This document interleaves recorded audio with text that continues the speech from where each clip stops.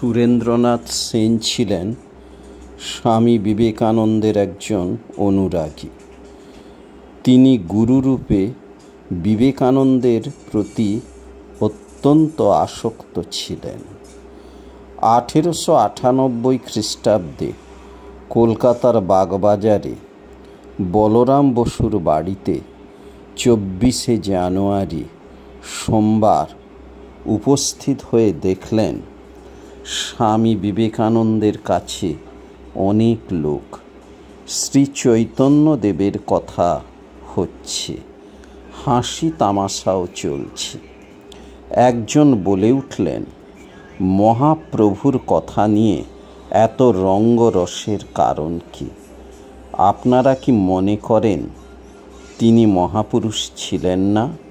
তিনি জীবের মঙ্গলের জন্য কোনো কাজ করেননি? স্বামীজি উত্তরে বললেন, কে বাবা তুমি? কাকে নিয়ে ফষ্টি নষ্টি করতে হবে? তোমাকে নিয়ে নাকি? মহাপ্রভুকে নিয়ে রঙ্গ তামাশা করাটাই দেখছ বুঝি? তাঁর কাম কাঞ্চন ত্যাগের জ্বলন্ত আদর্শ নিয়ে এতদিন যে জীবনটা গড়বার ও লোকের ভেতর সেই ভাবটা ঢোকাবার চেষ্টা করা হচ্ছে, সেটা দেখতে পাচ্ছ না? শ্রী চৈতন্যদেব মহাত্যাগী পুরুষ ছিলেন। স্ত্রীলোকের সংস্পর্শেও থাকতেন না, কিন্তু পরে চেলারা তার নাম করে নেড়ানেড়ির দল করলে। আর তিনি যে প্রেমের ভাব নিজের জীবনে দেখালেন, তা স্বার্থশূন্য কাম গন্ধহীন প্রেম। তা কখনো সাধারণের সম্পত্তি হতে পারে না। অথচ তাঁর পরবর্তী বৈষ্ণব গুরুরা আগে তাঁর ত্যাগ শেখানোর দিকে ঝোঁক না দিয়ে তাঁর প্রেমটাকে সাধারণের ভেতরে ঢোকাবার চেষ্টা করলেন। কাজেই সাধারণ লোকে সে উচ্চ প্রেম ভাবটা নিতে পারলে না এবং সেটাকে নায়ক নায়িকার দূষিত প্রেম করে তুললে। যিনি প্রশ্ন করছেন তিনি বললেন, মশায়, তিনি তো আচণ্ডালে হরিনাম প্রচার করলেন, তা সেটা সাধারণের সম্পত্তি হবে না কেন? স্বামীজি উত্তর দিলেন, প্রচারের কথা হচ্ছে না গো, তার ভাবের কথা হচ্ছে। প্রেম প্রেম রাধা প্রেম, যা নিয়ে তিনি দিন রাত মেতে থাকতেন, তার কথা হচ্ছে।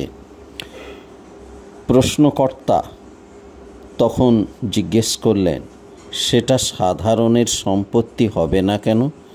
উত্তরে স্বামীজি বলছেন, সাধারণের সম্পত্তি কি করে হয় তা এই জাতটা দেখে বোঝো না?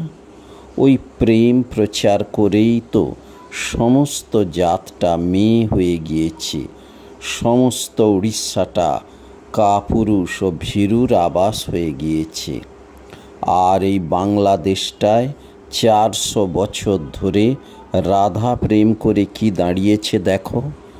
এখানেও পুরুষত্বের ভাব প্রায় লোপ পেয়েছে। লোকগুলো কেবল কাঁদতেই মজবুত হয়েছে, ভাষাতেই ভাবের পরিচয় পাওয়া যায়।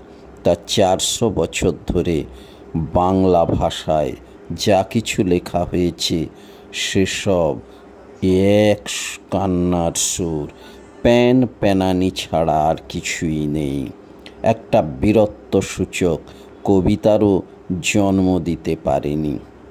প্রশ্নকর্তা জিজ্ঞেস করলেন, ওই প্রেমের অধিকারী তবে কারা হতে পারে? স্বামীজি উত্তর দিচ্ছেন, কাম থাকতে প্রেম হয় না, এক বিন্দু থাকতেও হয় না।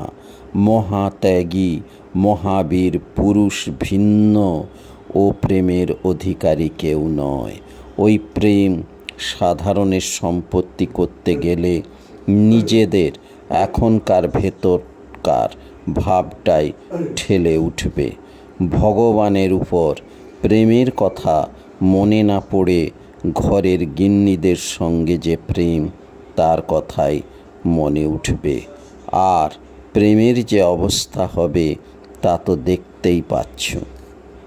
প্রশ্নকর্তা জিজ্ঞেস করছেন, তবে কি ওই প্রেমের পথ দিয়ে ভজন করে ভগবানকে স্বামী ও নিজেকে স্ত্রী ভেবে ভজন করে ভগবানকে লাভ করা গৃহস্থের পক্ষে অসম্ভব?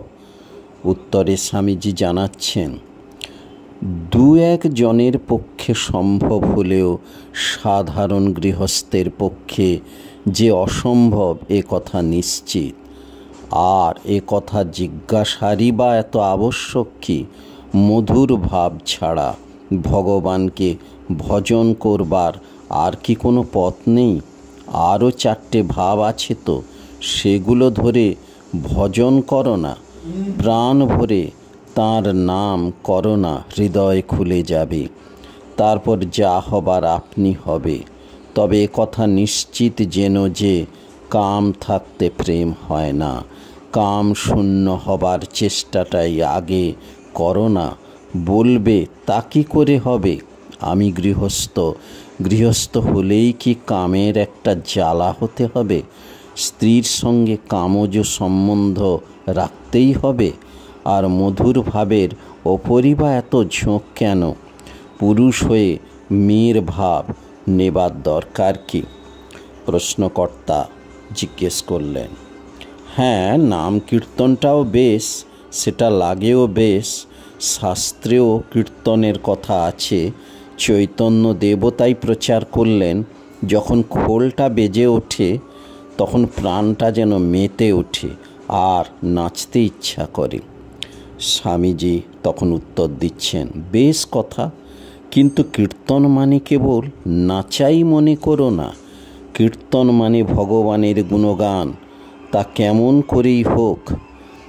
বৈষ্ণবদের মাতামাতিও নাচ ভালো বটে, কিন্তু তাতে একটা দোষও আছে। সেটা থেকে নিজেকে বাঁচিয়ে যেও।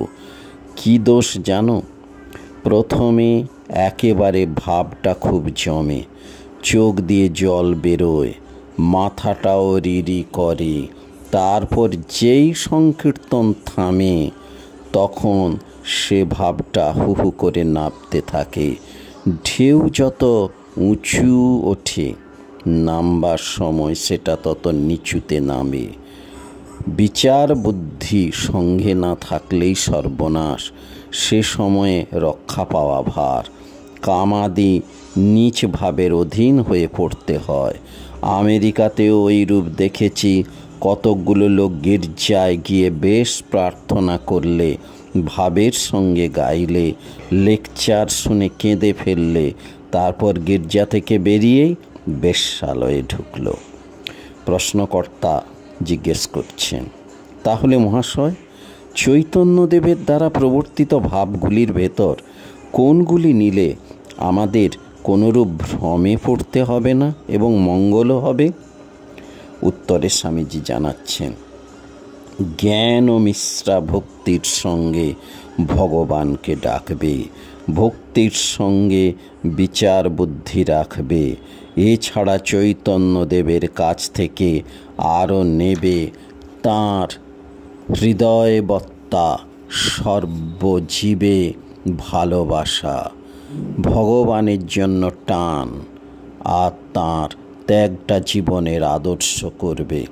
প্রশ্নকর্তা জিজ্ঞেস করছেন, ঠিক বলেছেন মহাশয়, আমি আপনার ভাব প্রথমে বুঝতে পারিনি, করজোরে মাপ করবেন।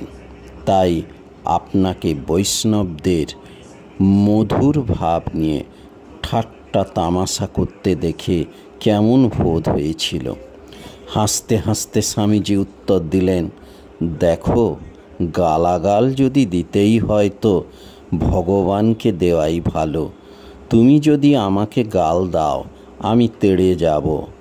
আমি তোমাকে গাল দিলে তুমিও তার শোধ তোলবার চেষ্টা করবে। ভগবান তো সেসব পারবেন না।